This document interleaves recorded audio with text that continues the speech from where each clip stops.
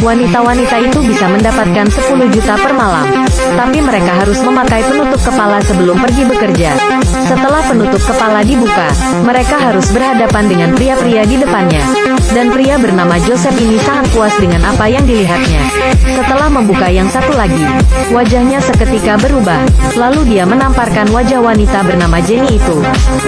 Joseph mencengkeram wajah wanita bernama Nami ini. Kemudian dia merasa tidak pernah melihat Nami sebelumnya. Seketika Joseph marah, lalu dia memberikan Nami kepada pengawalnya agar diberikan kepada tamu. Lalu Joseph membaringkan tubuh Jenny di tempat tidur. Dan saat dia akan membuka pakaian Jenny, Jenny berteriak ketakutan. Kedua pria itu menekan tubuh Nami di atas meja. Mereka bersiap untuk menikmatinya. Wajah Nami berubah dan dia melawan kedua pria itu.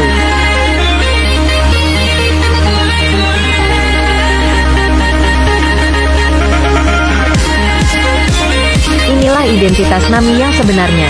Dia adalah pembunuh terbaik dari sebuah organisasi tersembunyi. Kali ini, dia berpura-pura menjadi seorang gadis dan menyelinap ke tempat Joseph untuk melaksanakan misinya. Dia tidak panik dalam menghadapi banyak pria kuat itu sendirian. Nami menendang tuh sama dengan pria itu dengan sepatu hak tingginya. Kemudian dia menarik dan memukul pria di sebelah kirinya. Dan saat itu juga dia menendang dengan keras pria di depannya. Kurang dari setengah menit, Nami berhasil mengalahkan kedua pria itu. Dia naik ke lantai atas. Sementara Joseph masih terus menyerang Jenny yang berusaha kabur. Dia segera mengambil pistol dan mengarahkan ke arah Nami. Untungnya, Nami berhasil menghindar dengan cepat. Setelah itu, Nami tiba-tiba merebut pistol dari tangan Joseph dan menendangnya hingga terpental. Keduanya segera memulai pertarungan dengan tangan kosong. Tapi Joseph dengan mudah dikalahkan oleh Nami. Lalu dihajar dengan beberapa kali pukulan. Nami mengambil kesempatan untuk mengeluarkan sepotong kawat. Dia langsung mencekikan kawat itu ke leher Joseph sampai mati. Sementara Jenny merasa kasihan melihat Joseph. Dia langsung mengambil kalung di leher Joseph. Dia tidak mengenal Nami. Sementara Nami melihat isi dompetnya. Dia melihat kartu memori penyimpanan Joseph. Lalu Nami segera melemparkan dompet itu kepada Jenny. Kemudian Nami mengingatkan Jenny agar mengurus urusannya sendiri. Kemudian dia meninggalkan tempat itu tanpa menoleh ke belakang. Tapi ketika Nami pergi ke tempat kerjanya, dia melihat bahwa kartu penyimpanan itu kosong. Dan yang terlihat hanyalah, saat kejadian Jenny mengambil kalung itu, bos organisasi pun menduga bahwa Nami dan Jenny telah bekerja sama. Mereka mengirim dua pembunuh untuk bersiap-siap membunuh Nami. Tapi bagaimana Nami bisa ditangkap dengan mudah? Dia meluncurkan serangan balik di tengah jalan.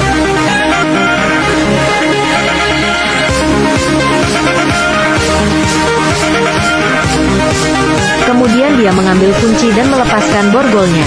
Dia harus menemukan Jenny untuk mendapatkan kembali kartu memori itu. Dan dia harus membersihkan namanya. Namun pada saat yang sama, Jenny sedang berkemas. Dia berencana untuk melarikan diri dari kota. Tapi tiba-tiba terdengar ketukan di pintu.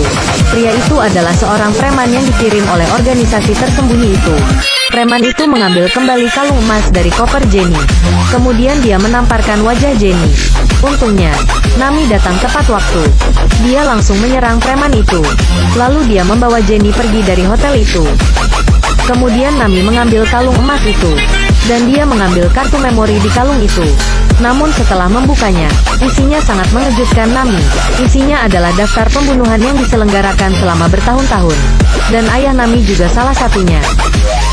Tiba-tiba sekelompok pembunuh masuk ke rumah Nami. Sang ibu menyembunyikan adiknya di lemari pakaian. Dan Nami bersembunyi di bawah tempat tidur.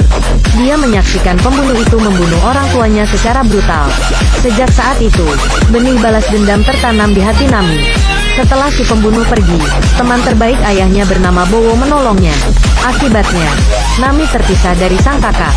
Dan pada hari-hari setelah itu, Bowo mulai melatih Nami.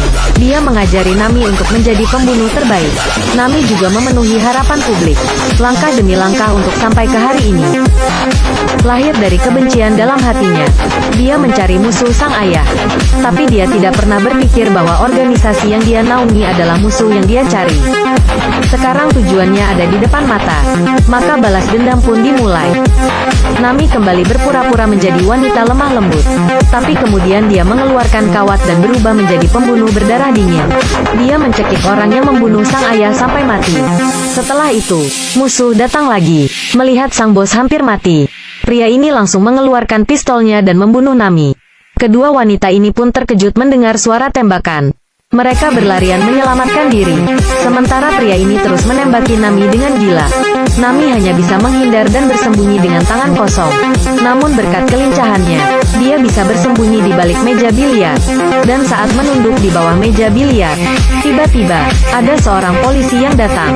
Lalu dia mengeluarkan pistolnya dan menembak preman itu.